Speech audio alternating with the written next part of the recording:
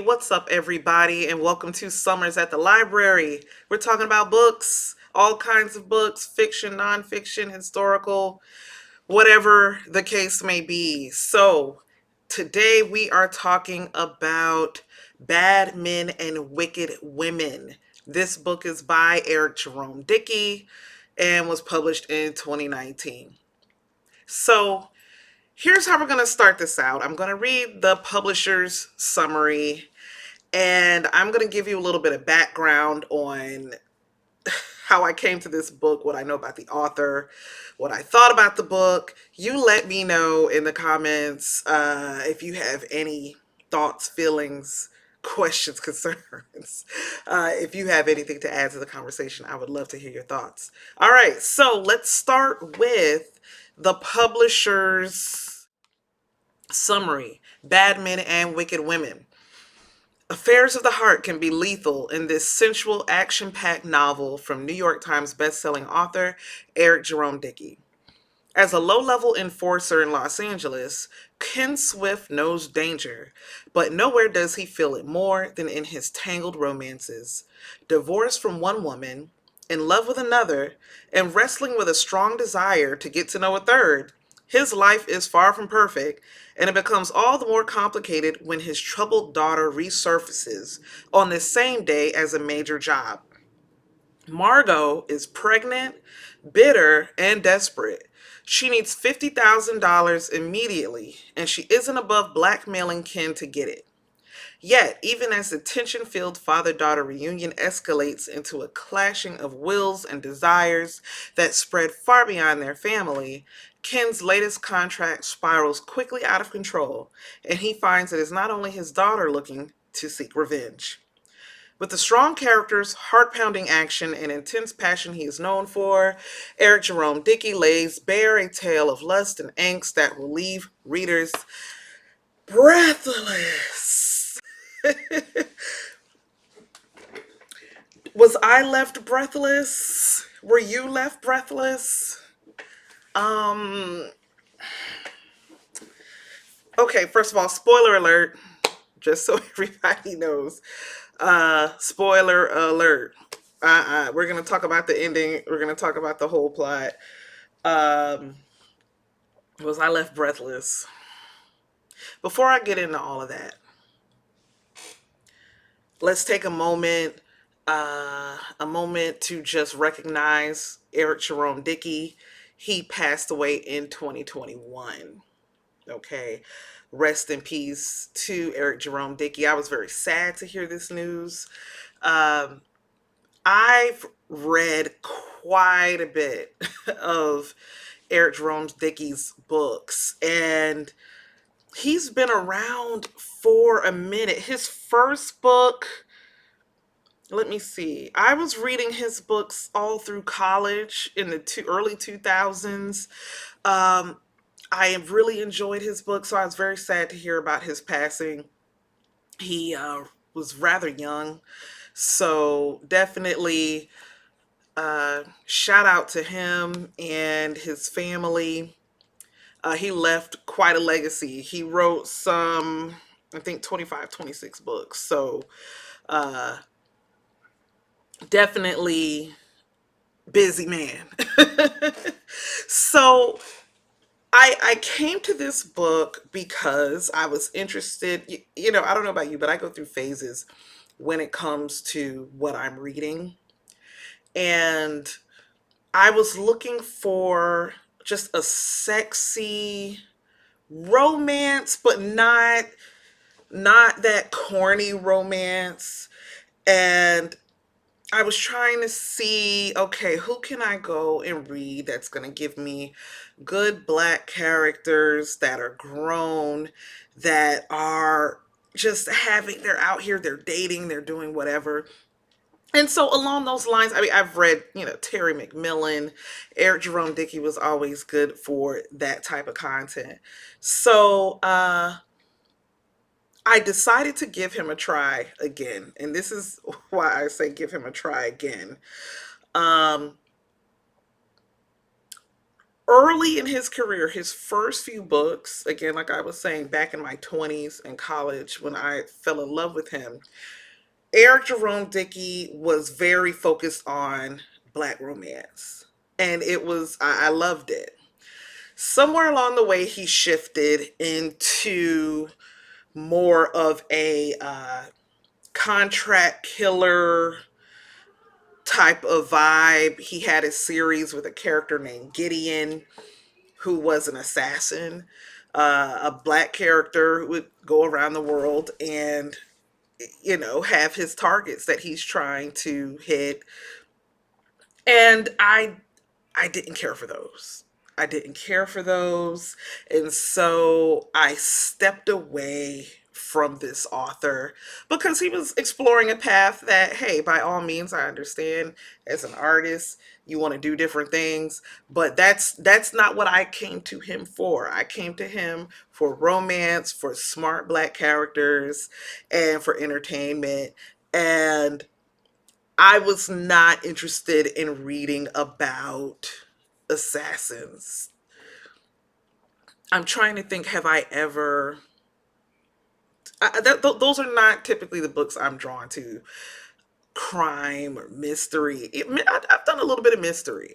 His were not even mystery. They were more written like,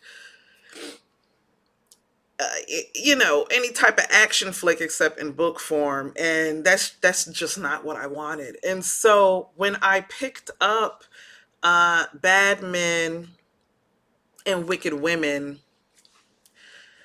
I wanted to give it a chance. I wanted to see, okay, well, let's see, let's give it another try. And when I tell you, I think after the first chapter, I don't even know if I got through the first chapter and I was done with the book because I was so annoyed by the writing that I'm like, I'm not going to finish this. And then I said, well, you know what? Let's do it for Summers at the Library. Let's push through. And I finished the chapter, maybe chapter two. And I said, I am so annoyed by this book already. I don't want to waste my time reading this book. I said, let's do it for Summers at the Library. And so, folks, I did it. I completed this book. If I was not reading books and talking about them in this format, I would not have finished this book. Um, it was not so much the that assassin storyline. This is a different guy. This guy's name is Ken Swift. He's not the Gideon character. I don't know what happened to the Gideon character, but evidently the author continued in this vein of the assassins. And so we have another assassin, and it's based in LA. And this assassin is running around with his co assassin. And what made me put this book down multiple times?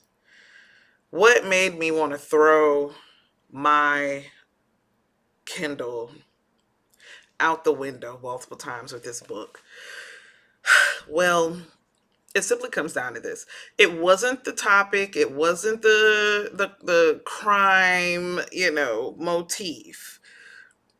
It came down to something that if you've ever read an Eric Jerome Dickey book, you know his style. And one of the things that he likes to do is to mention current pop culture references. Whatever's going on while he's writing the book, he makes reference to it. His characters make references to it. And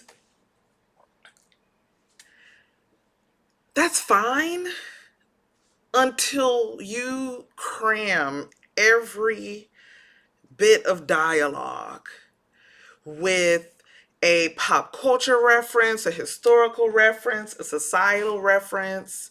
So much so that it's unrealistic. It feels forced. It's crowbarred in.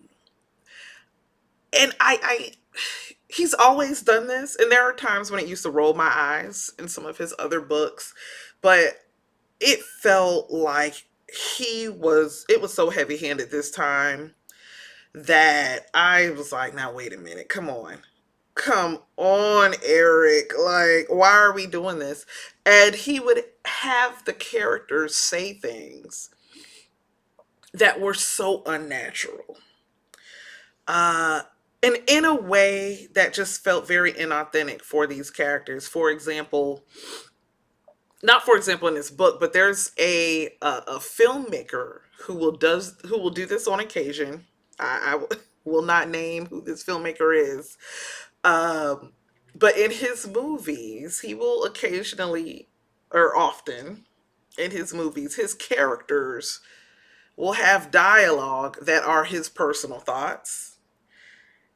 And this is a person that I follow on Instagram, so I know what his personal thoughts are. Oops, okay, so we know it's a male filmmaker. Okay, I slipped and said that, but he'll have characters giving opinions about things that don't really belong to the character. It feels like the artist, the filmmaker, is basically using these characters to as puppets for his own thoughts, as opposed to letting them have natural dialogue.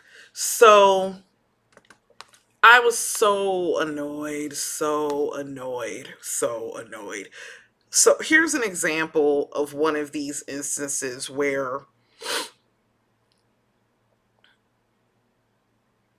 a character is talking in a way a character would not, but he wants to crowbar in some sort of reference. And in each of his books, he seems to be fixated on a certain topic. From what I can remember, I've read, I think he's, again, probably written maybe 26 or 29 books. I've probably read like 10 of them. Most of them his earlier things.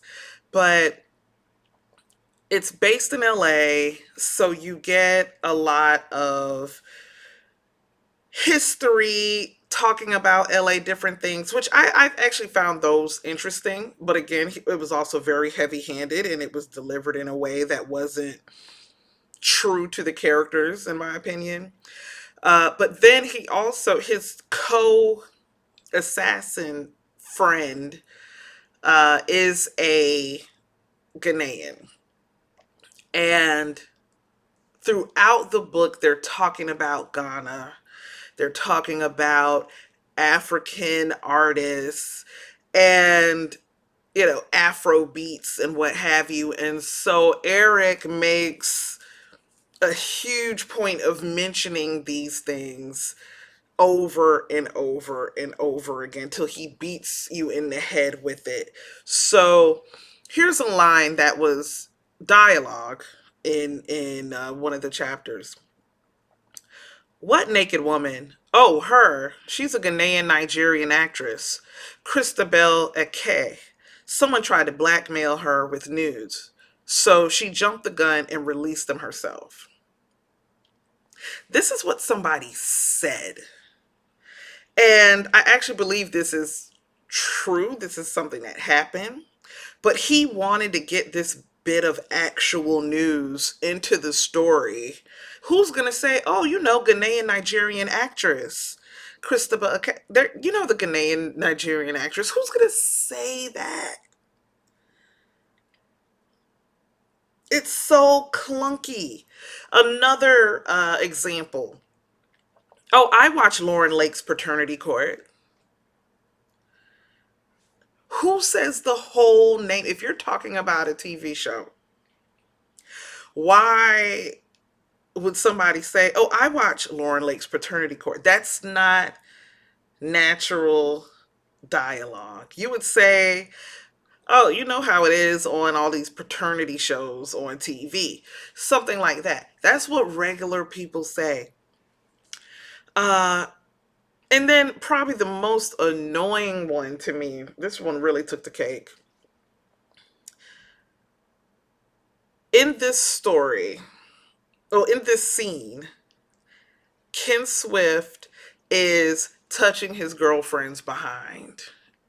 Okay. They're somewhere, they're out. I think they're at, if this might be the scene where they're in the club. And she says to him, "Stop trying to Ben Affleck me."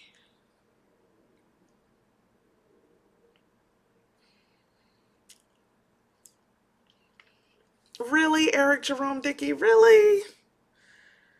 Come on. It's not witty. It's very corny. None of this stuff, and a person as cringy as that is, you will have that same type of thing.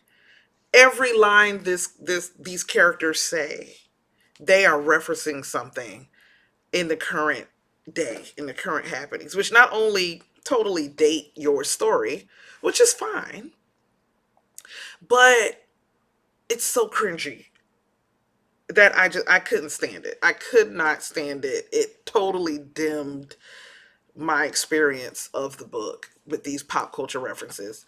I did enjoy, and I liked how he used to do much more often, which was the characters would have a little bit of commentary.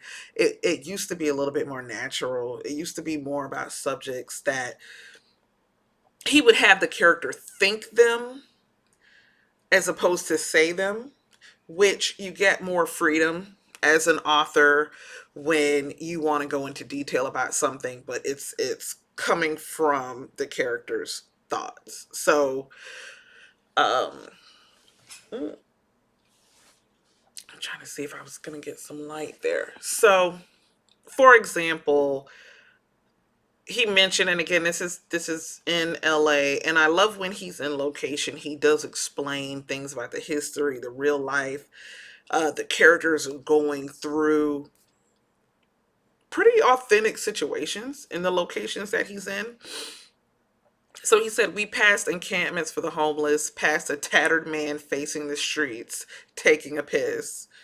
Uh, that line resonated with me because that was literally what I experienced my first time in California. I was in San Francisco, uh, specifically, but I'd never seen someone doing that, and that was one of two times that I saw someone who was in the street bearing themselves, and it really does speak a lot to the situation going on over there. But that resonated with me. That little detail that he added there, that was like, yeah, I get that.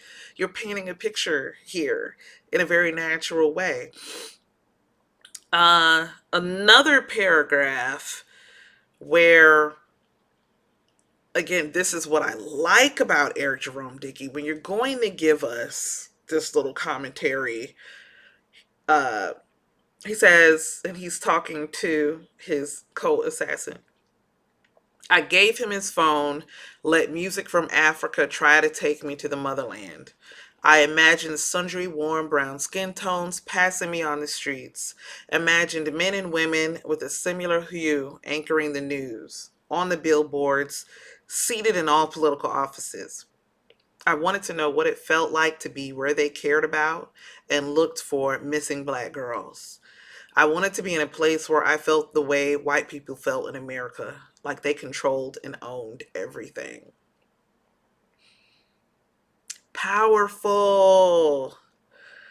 Uh, I loved that passage, and it reminded me of my first time in a black country, and that was in Barbados. And I remember maybe day two, I was trying to put my finger on just this feeling that I had, and I couldn't understand what it was. But there was this feeling of wow, I'm in a black country. I'm surrounded by black people. Every shop I go in, every cop that rides by, and I felt a freedom. I felt a freedom. I felt a belonging that I didn't realize I did not. I didn't realize I was carrying that weight with me every day in America. We're aware, but I really didn't realize how you can go other places where your folks are the majority, and it's lifted off your shoulders. So I appreciate that passage from Eric Jerome Dickey on that. So those were some examples of passages that worked and some that didn't work. When it comes to the actual plot, we start out, uh, Ken's estranged daughter shows up. She's been bleaching her skin. Again, that ties back into the African motif that's throughout this book. She's been bleaching her skin. She's a young woman in her 20s, hasn't seen her dad. Her mother's Ethiopian, Ken Swift's ex, and she's asking him for $50,000. She's trying to blackmail him because she knows about one of the contracts that he did. And so then she goes away. And basically, uh, then, okay, him and Jake Ellis, that's the co assassin name, they're on this one job with the Garretts. And they're trying to kill him or whatever, or something. I can't even. I was pushing so hard to get through this because the whole book, the whole story takes place in about, I want to say it's 2 days. It might be just 48 hours, if not 72 hours. It's like 3 days. When I tell you it's the longest 3 days, oh my goodness, I was so frustrated. And another reason I was frustrated is that the author would have the characters go on these tirades, on these rants about, again, something political or something in society. And they would go on these rants at the worst times, like times that were, why are we having a debate about race relations, while we are drowning in the ocean, holding on to a board, and the Titanic is down below us, and we don't know if we're going to make it. And these two character, this character is going on about race relations. Like, that don't make no sense. This is done repeatedly in this book. Case in point, when Ken Swift and his co-assassin, they go to this guy's house. He's a big crime dude, rich crime dude, underground guy, whatever, El Chapo-esque.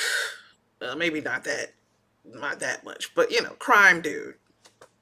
They go to his house, and they're in his house when Mr. Garrett and Mrs. Garrett, they show up at the house. They don't know that these guys are in there waiting for them. And so then essentially they hold this couple hostage, uh, for what felt like 1,000 hours. During this time, Mr. Garrett, the crime dude, goes into a diatribe about the black community. I think he's Italian. And when I tell you, I started skipping through some of it because it wasn't moving the story along at all. And I was annoyed. And so, okay, let me kind of skim through these couple of paragraphs because we're talking paragraphs where this character is going on and on and on about black people and dropping dates and all of this stuff. Paragraphs turn into pages. Okay, every now and then the Ken Swift character or the Ellis character would pipe in and provoke the guy to say some more things. And next thing you know, pages turn into chapters. I said, now wait a minute. Are we still? Let's get to. I get to the next chapter. Chapter. This conversation is continuing. So I've gone through chapter 5. Now I'm on chapter 6. And at this point, I'm not even reading at all. Right now, there may be people who are saying, "Oh, maybe there were some good points being made in that conversation." Maybe, I'm just trying to get through this book because I wasn't interested and it was so unnatural and it just did not make sense. Why is this man, he has a gun to, he's being threatened, he has a gun to his head. His wife, uh, Mrs. Garrett, that character was the worst. Worst character in the whole book. Maybe I'll start giving awards for not even worst character in that villain kind of way, but worst written character. All of these characters were terribly written. I'm sorry. God bless the dead. I hate to say this about Eric Jerome Dickey because I've been such a fan of his. All of these characters were written terribly. Basura. So anyway, chapter 6. This thing in these people's house sitting around their dinner table is still going. Chapter 7. It's still going. Chapter 8. It's still going. I am not lying to you. This man wrote a scene that was 4 chapters long. And it was a man being held hostage, going off about black folks and whatever else for 4 chapters. In his marriage or whatever for 4 chapters.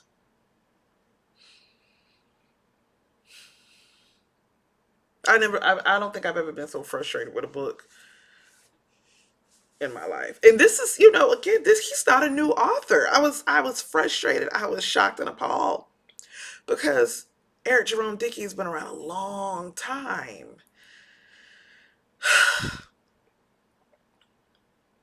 And I was just so disappointed. I was so disappointed. What is this? Then you think, okay, we're done with that. A couple chapters later, I'm in chapter 11. And now there's a whole commentary on DACA and race relations. That goes on for 4 pages.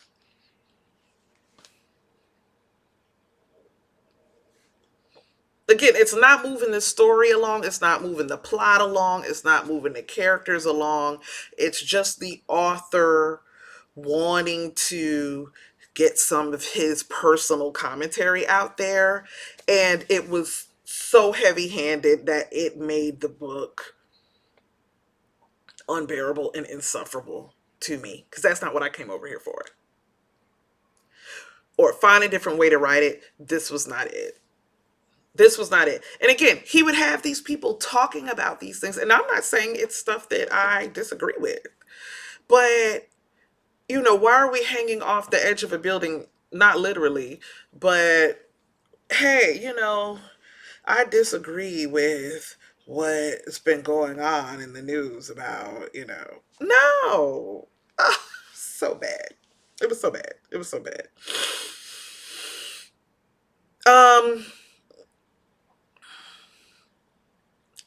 So to wrap this up, because I don't have a lot of great things to say. The plot itself, the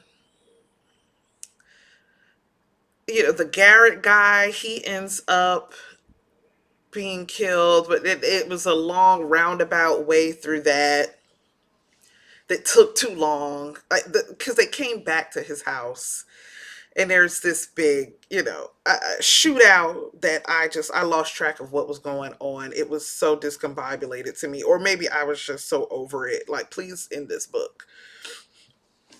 It's not a long book. It's not a long book. It just took forever. Um, the guy. Oh, cringe.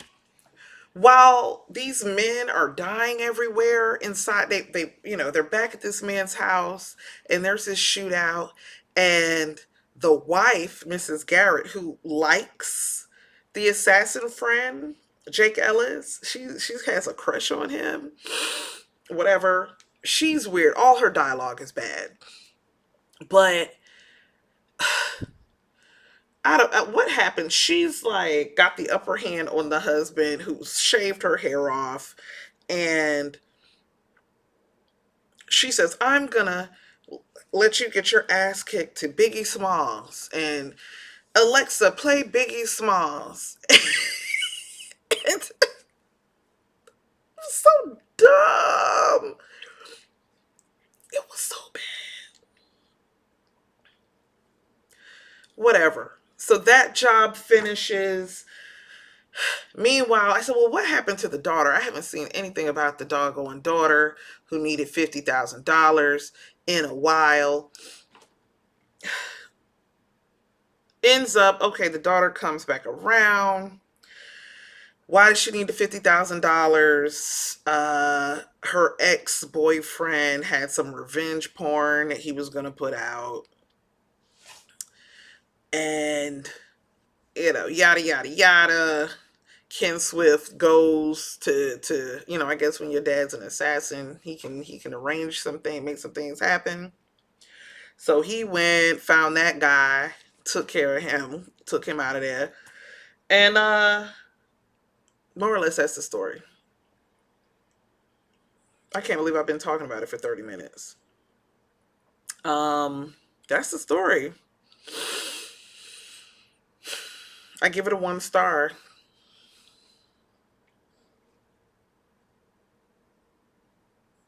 I'm unhappy to give it a 1 star. I'm saddened to give an Eric Jerome Dickey book a 1 star, especially now that he's passed away. Um, I would not recommend this book. Maybe who would like this? I'm sure plenty of people like it. I'm sure plenty of people like it. One thing I've learned in life, listen, one thing I've learned in life as I've gotten older is that, baby, there are people that like everything. Okay, so there are people who are fans of any and everything. So yes, there are people that would like it. My rating was 1.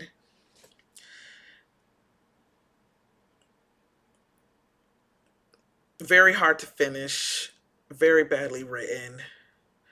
Had a lot of potential, but just got in its own way. So let me know what you think.